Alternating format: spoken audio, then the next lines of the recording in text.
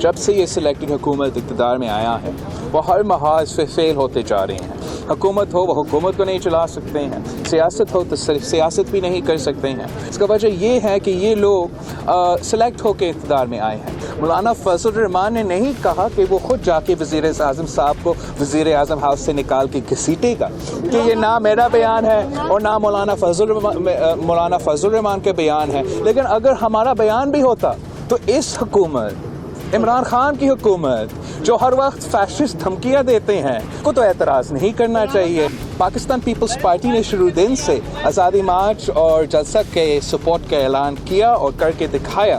تو اب تک پاکستان پیپلز پارٹی دھرنا میں شرکت نہیں کر سکتی ہے, لیکن پاکستان پیپلز پارٹی بھی سمجھتی ہے کہ اگر یہ حکومت اپنا سمت درست نہیں کرتی ہے, اگر آپ پارلیمان پہ تالا لگائیں گے, اگر آپ میڈیا بند رکھیں گے, اگر آپ جنرل الیکشنز اور بائی الیکشنز میں دھاندلی کرتے رہیں گے, تو پھر جمہوری قوتیں بھی مجبور ہو سکتی ہیں غیر جمہوری قدم اٹھانے میں. وزیر اعظم صاحب اپنا وعدہ پورا کرے کہ جب تک انویسٹیگیشن نہ ہو وہ وزیر, اس کی رسپانسبلٹی ہے ریلویز کو سنبھالنا, جن کی وزارت میں سب سے زیادہ تاریخ میں سب سے زیادہ ٹرین حادثے ہوئے ہیں, اس کو فی الفور استعفیٰ دینا چاہیے.